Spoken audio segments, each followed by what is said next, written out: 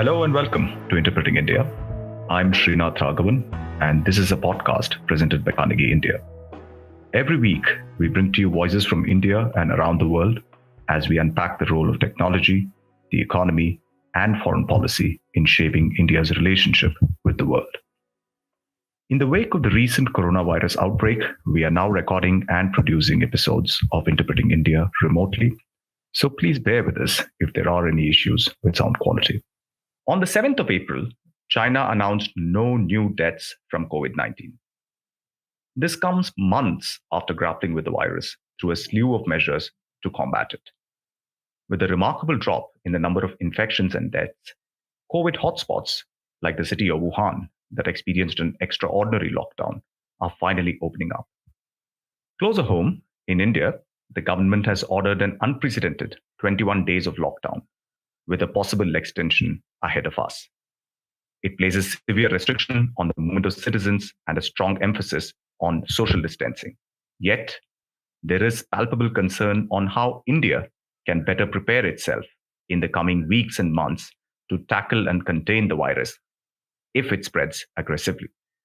In this episode of Interpreting India, I am joined by Ananth Krishnan to discuss the trajectory of COVID-19 in China, Beijing's strategy and approach in containing the virus, and what, if anything, India can learn from China in its own fight against the pandemic. Ananth is currently a journalist with The Hindu. Previously, he was a visiting fellow with Brookings India and the China bureau chief and associate editor for the India Today group based out of Beijing. Ananth has closely tracked Sino-Indian relations and indeed China for over a decade and has been one of the most insightful Indians writing about China. Ananth, it's great to have you on the podcast today. Thank you for joining us. Thank you so much, Srinath. Ananth, you've been one of India's longest standing observers in China, and you have seen many things in the time that you spent there. In the last 20 years or so, China has seen so many major crises. There was the SARS epidemic, there was a global financial crisis, there was the earthquake before that. And of course, more lately, there has been all the story around the trade war and the coming slowdown of the Chinese economy and so on. But this particular crisis seems to be something totally off the charts, doesn't it? No, absolutely, Srinath. I think this is something that's on a far higher magnitude than all of those crises you just mentioned, from SARS in 2003 to the financial crisis in 2008 and to the trade war more recently.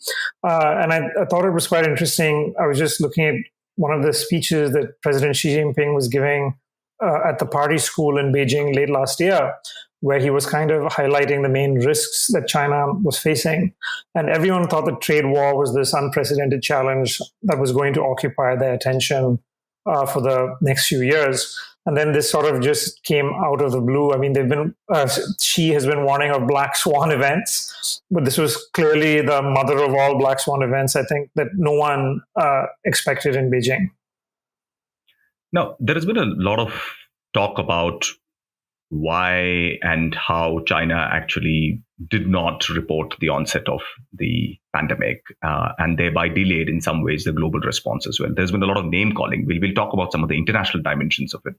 But I just want to understand from your standpoint, where exactly was the problem in the Chinese system, given that it is at some level centralized, but the provinces also have a lot of power. There is a fairly good information aggregation system within their political structure.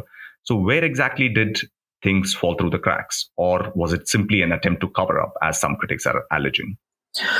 I think, Srinath, there definitely was a cover up, but the question is who covered up what and when. And I think, as you know, China's system is so opaque. The decision-making is so opaque that we may never know whether it happened at the level of Wuhan or at the level of Beijing. I think what we can see some things with certainty.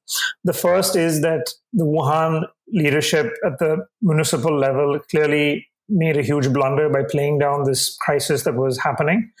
We know for a fact that by mid-December, there were cases of severe pneumonia, which they couldn't identify. And we know in any country, it's difficult when you're faced with a completely new virus. I think we can grant them that fact that the doctors didn't quite know what they were dealing with in Wuhan in December. But we do know that by December 31st, which was the day that Wuhan alerted China's National Center for Disease Control, we know that by December 31st, doctors in Wuhan were very concerned. They were telling their colleagues that there was reason to believe this was spreading it was contagious. And we know that nothing happened pretty much from December 31st until January 20th was when President Xi made his first public comments of it. So I think those 21 days, there were mistakes being made. And I think a lot of it was because the Wuhan leadership was playing down the magnitude of what they were seeing. One reason I've seen, which I find plausible, is that it just happened that Wuhan's annual party congress was from January 11th to January 16th. And during this entire week, they announced 0 cases, which was completely contrary to what doctors were seeing, and doctors knew they were lying. So we know mistakes were made at the level of Wuhan.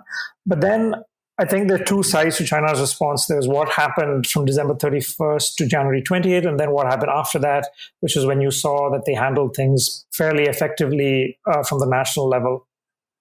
Yeah, I'd like to talk a little bit more about the second phase, so to speak, because in some ways, despite all the criticism, the kind of tactics and approach that China has adopted seems to have been emulated in many different countries, of course, allowing for changes in local context. But how would you sort of analyze and evaluate the Chinese playbook post, say, the third week of January? Right. I think it's important when we look at China's response to look at the two phases of it. And I find that people are finding it difficult to accept that it's both true that they covered up, and the fact that they were able to mount a very effective national response that is providing a lot of valuable information to countries around the world. And both these things are true at the same time.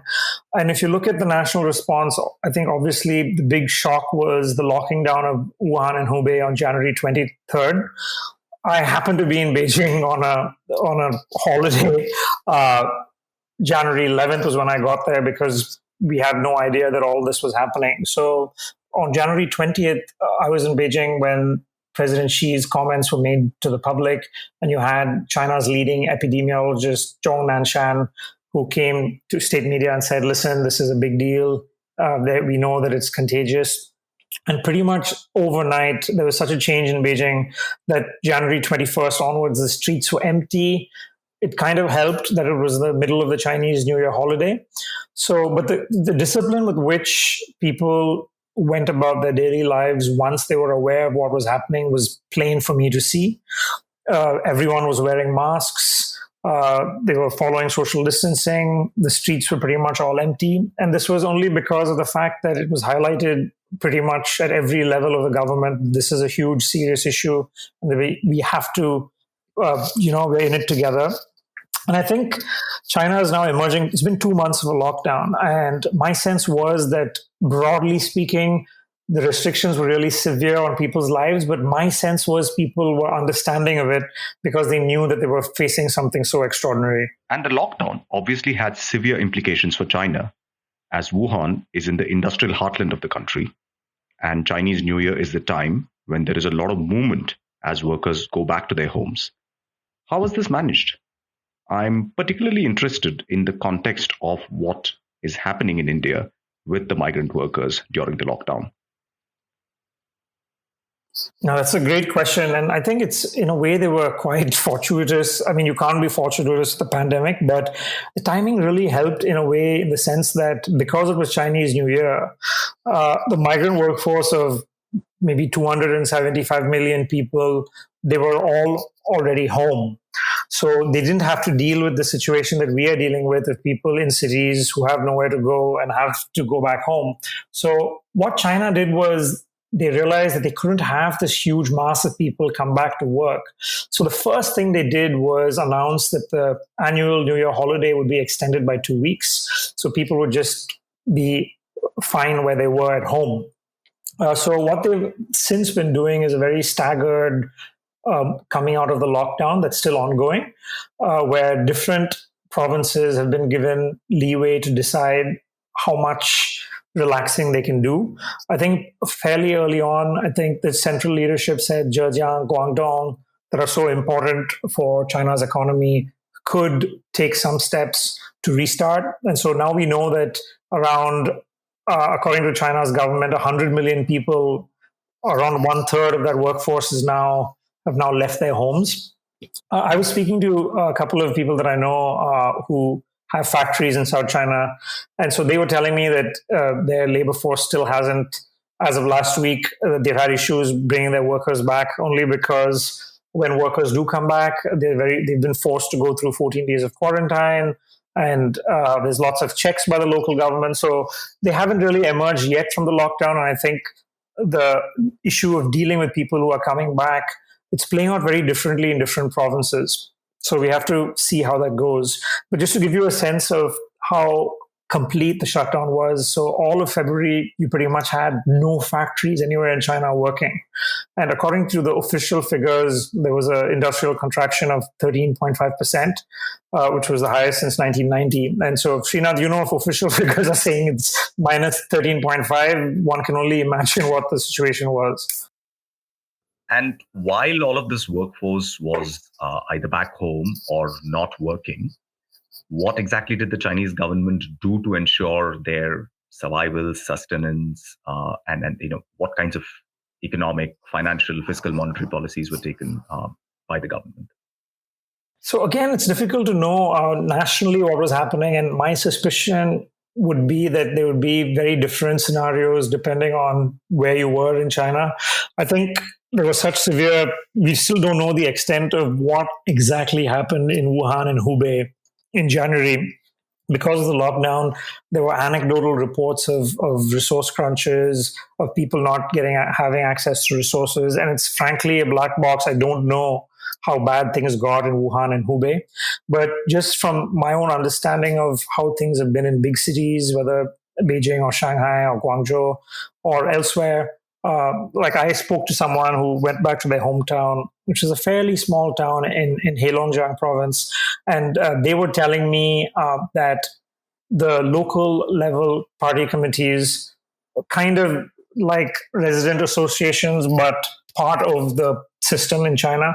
So they've been tasked with monitoring people in terms of ensuring they don't violate quarantines, and also with giving them access to food and other resources. So they've been playing a huge role.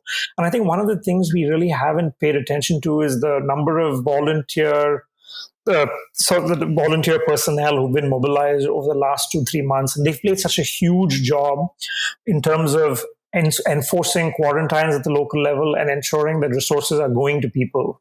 And it took an enormous amount of mobilization, which I think really hasn't been appreciated so far. Right. And at a sort of more macro level, at the level of, say, the country and the economy as a whole, how exactly do you think the Chinese have evaluated this kind of trade-off between the lockdown and its economic consequences? Because I ask this question because, we are currently in the midst of a similar set of debates in India. There are parallel conversations happening in so many other parts of the world. And I just wonder if there is any sense that you have about how these competing considerations of, on the one hand, protecting the lives of the people, but on the other hand, dealing with this massive economic contraction and the sort of hardships that were being imposed on the working people in a day-to-day basis. How are these trade-offs really worked through in the Chinese system?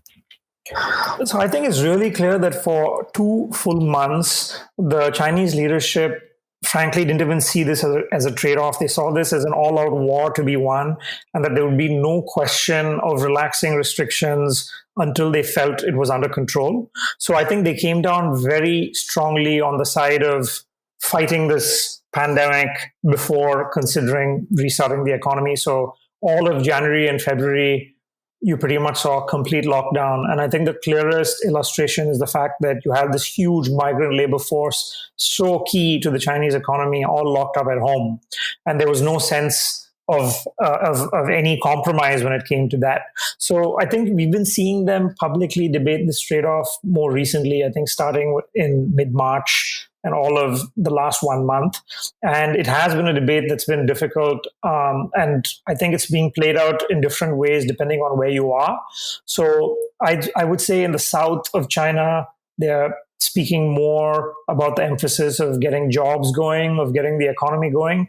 But in Beijing, given that it's a political capital, the focus still very much is on ensuring the virus doesn't get out of hand. So Beijing currently has far more restrictions in terms of businesses operating, foreigners, in how they're dealing with people coming in from outside the city. It's far different scale than what Shanghai and Guangzhou and Shenzhen are employing at the present moment. So you are seeing different approaches in different parts of China.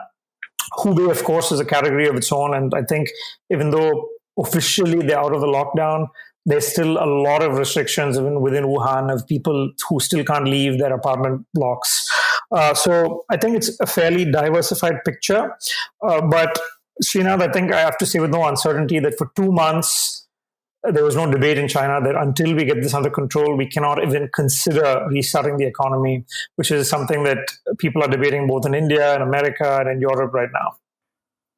Okay. Other thing that I wanted to ask you was about how China mobilized its public infrastructure in order to deal with, this particular pandemic. And, we've been reading reports about saying that Chinese have converted very large-scale public infrastructure like stadiums into makeshift hospitals in order to accommodate rising numbers. Are there any other examples that you can think of how the Chinese government was able to actually mobilize these kind of more publicly available infrastructure in order to compensate for the fact that health systems might at some point actually get overrun?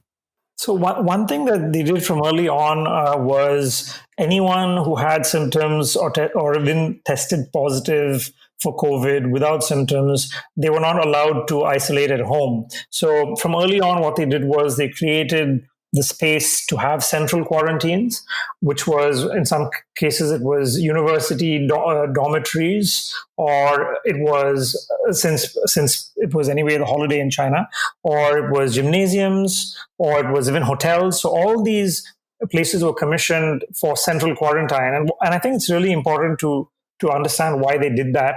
And that's because, as one doctor from Wuhan was telling me when I interviewed him for the Hindu a couple of weeks ago, he said that when we did our lockdown, we found that cases were going down, but we were still getting a lot of transmission amongst family members and within households. So they realized that they literally had to go door to door.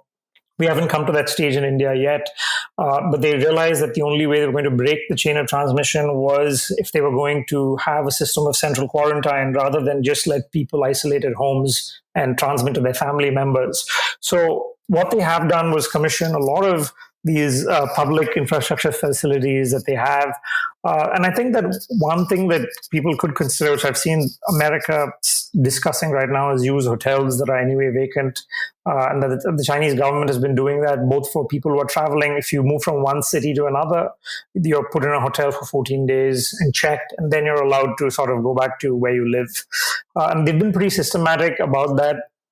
And I think the time that we have now before we reach that number of cases is something that authorities everywhere should consider, making the space available. And so what they did was they made a very clear distinction between people who are asymptomatic and mild and those that were severe and critical. And so to ensure that their resources weren't overwhelmed, people who were mild and asymptomatic were not sent to hospitals at all. They were kept in these makeshift facilities that they built. So I think that's something that's worth considering for every country that's dealing with a surge in the number of cases. And what do you think their approach is going to be in the period which is going to unfold now? So on the one hand, we've been seeing reports of Chinese factories coming back to almost 80% sort of workforce.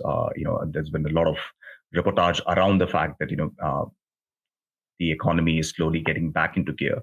But the crisis is clearly a big challenge still for the Chinese economy because, even for such an export-driven economy, even if you end up producing, where are you going to ship it? Who's going to be importing at this point of time? So in a sense, China's globalization, which was China's greatest strength, might, in this context, at least in the short term, turn out to be something of a problem. The second related thing which struck me was, what are the kinds of instruments that the Chinese government has to wield in the absence of external demand, which, export-led growth, which has been their main model.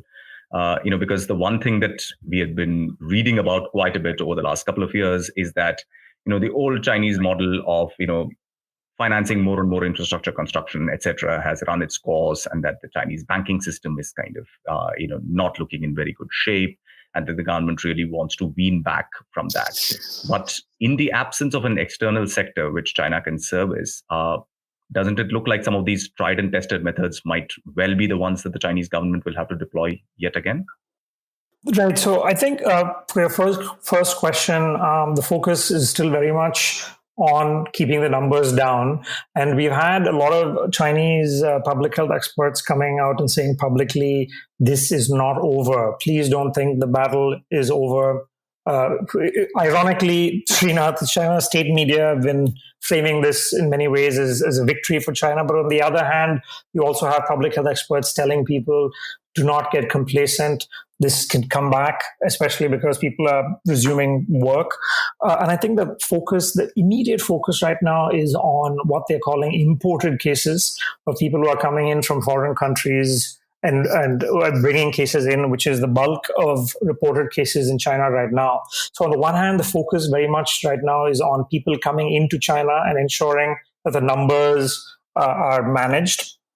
In terms of the economy, I think that you mentioned whether they're going to go back to the tried and tested sort of methods of reviving the economy. So it's interesting that so far they aren't speaking of a stimulus of the kind we saw with the global financial crisis in 2009, when they had a $500 billion stimulus plan. But what they have been doing is, again, here it's a very diversified picture where different provinces are coming up with different ways to stimulate the economy. As you rightly said, there's a complete collapse in external demand, even though there's a increase in demand for things like personal protective equipment and masks. But this is a tiny fraction of what China usually exports, even though there are reports of many industries that are now actually moving from manufacturing car parts to doing ventilators and things like that. But bigger picture, they seem to be concerned that they can't rely on domestic consumption to substitute for this collapse in external demand. So there's some interesting things that I've seen. For example, the city of Hangzhou started doing, which is now being copied elsewhere in China. They come up with vouchers. They realize that if you put money in people's bank accounts, they're going to save, they aren't going to spend. So what they've done is they've come up with vouchers.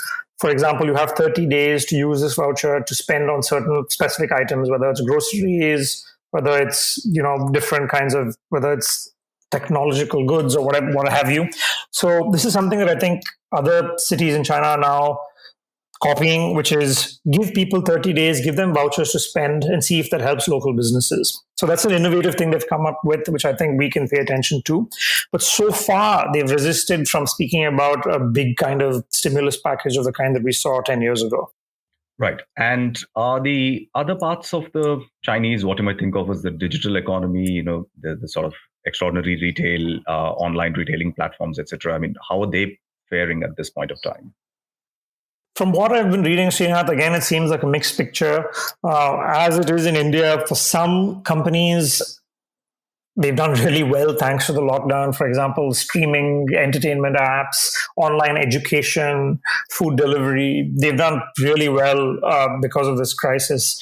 But on the other hand, I have seen reports as well of layoffs, especially in the startup sector, where they don't have the kind of deep pockets to pay wages when things aren't going as well. So make no mistake, there have been layoffs, especially if you come to small and medium enterprises across the Chinese economy, but not just in the tech space, but frankly anywhere. And they haven't, so far we haven't seen them getting support from the government in terms of whether it's easier loans or to help pay wages. So I think it's a real concern for China. As you know, they are more concerned than any other country about mass layoffs. So I frankly don't know how they're going to deal with that going forward, especially because it's such a difficult problem. On the one hand, you're still worried about the return of this infection at home. And on the other hand, you are getting absolutely no support from the rest of the world, which is facing a problem perhaps on a far larger magnitude. So it will be interesting to see how far they're going to go on without resorting to massive stimulus sort of support policies. Let's talk a little bit about the external dimension of this crisis. Obviously, as we've said, this is a crisis of China's relationship with globalization, but I also want to talk about more traditional international political issues, so to speak. So one of the things that we've seen is an attempt, at least by some parts of the Chinese media, etc., to suggest somehow that China has done so much better than the other great power, the United States, in terms of the way that it's dealt with the crisis, and that in some ways that kind of redounds to China's advantage at this point of time. Now, leaving the rhetoric and propaganda aside, I think it's also safe to say that China has been sending equipment to other countries like masks, PPEs, ventilators. Uh, how do you think all of this together, the crisis as a whole, is likely to play out for China's external standing in the rest of the world? I think if you just look at, for example, as India as an example, I think there's no question that China's image has taken a huge hit just by virtue of the fact of where this pandemic came from, by virtue of the fact that there seems to be a lot of awareness all over the world, that they were slow to react, that they were critical of people stopping flights and imposing travel restrictions, which is what they're doing right now. So there's no question that the image has taken a huge hit, and I think there's no getting away from that.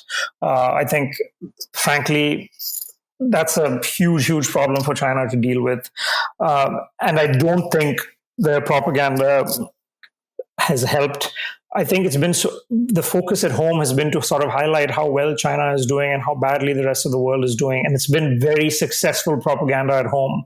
And I won't underestimate how effective it's been, only because, even on my WeChat feeds, which is a very unscientific public opinion indicator, even people who are, I would say are progressive, who've lived overseas, who've traveled overseas, I've seen so much of this kind of sentiment that, serves these countries right for taking pleasure in how badly we were hit in January. And I've seen that kind of triumphalism, which is frankly a bit unsettling to see.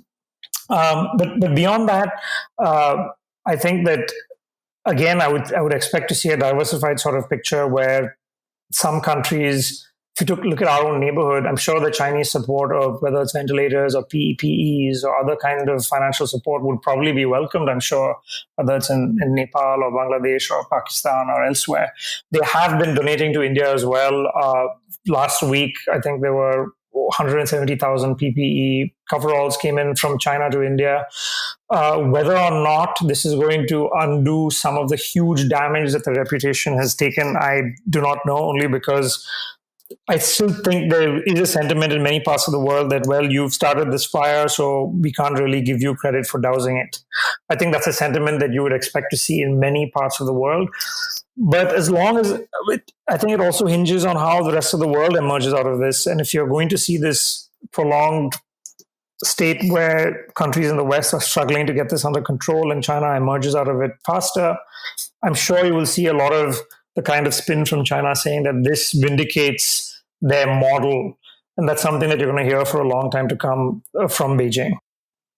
And what do you think the impact of COVID is likely to be on the state of India-China relations? I mean, after all, there's something called the Wuhan spirit. Right.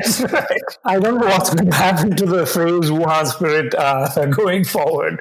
But I mean, it's interesting to see that India and China have been cooperating, and India has been keeping the phone lines open. I think you've had exchanges at various levels, including External Affairs Minister Jaishankar and Wang Yi.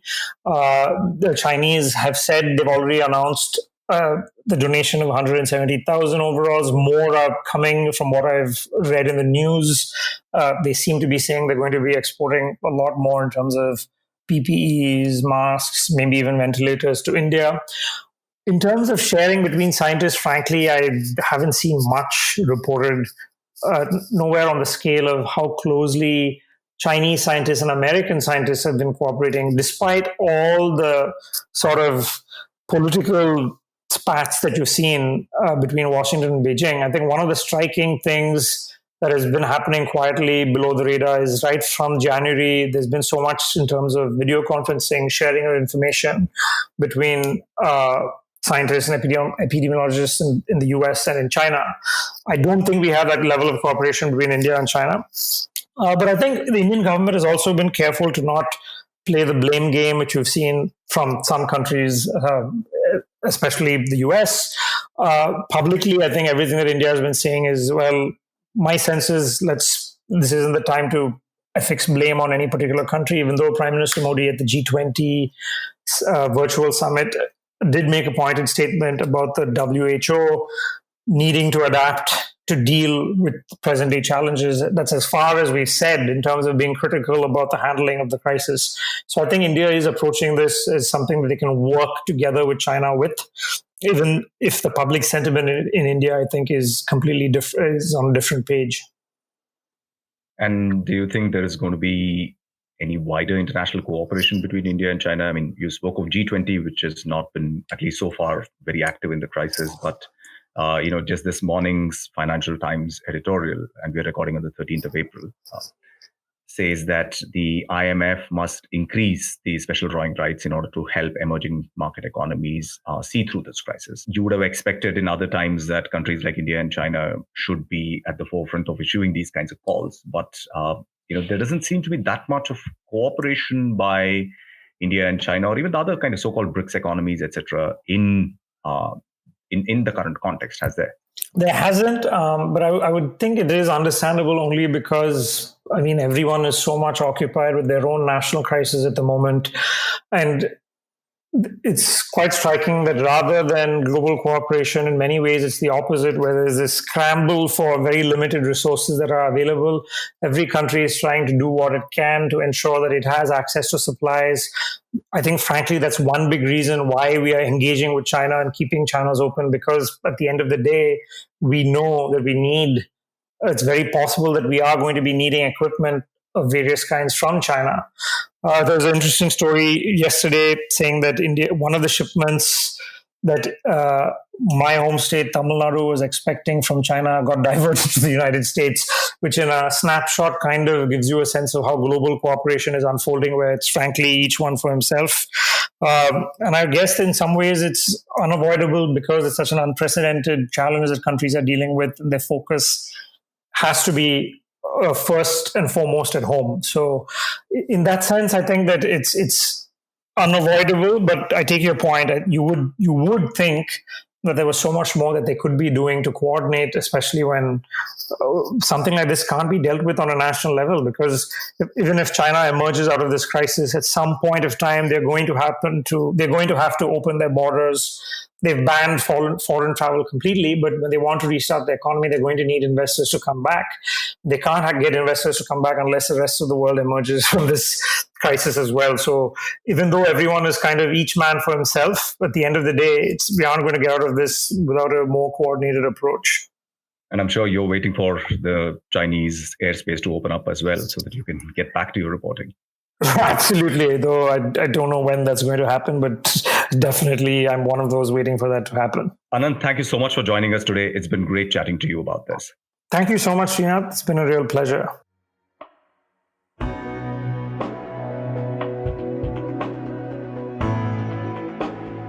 Thank you for listening to this episode of Interpreting India. Stay safe and don't forget to wash your hands. For more information about the podcast and the production team, you can follow us on social media and visit our webpage.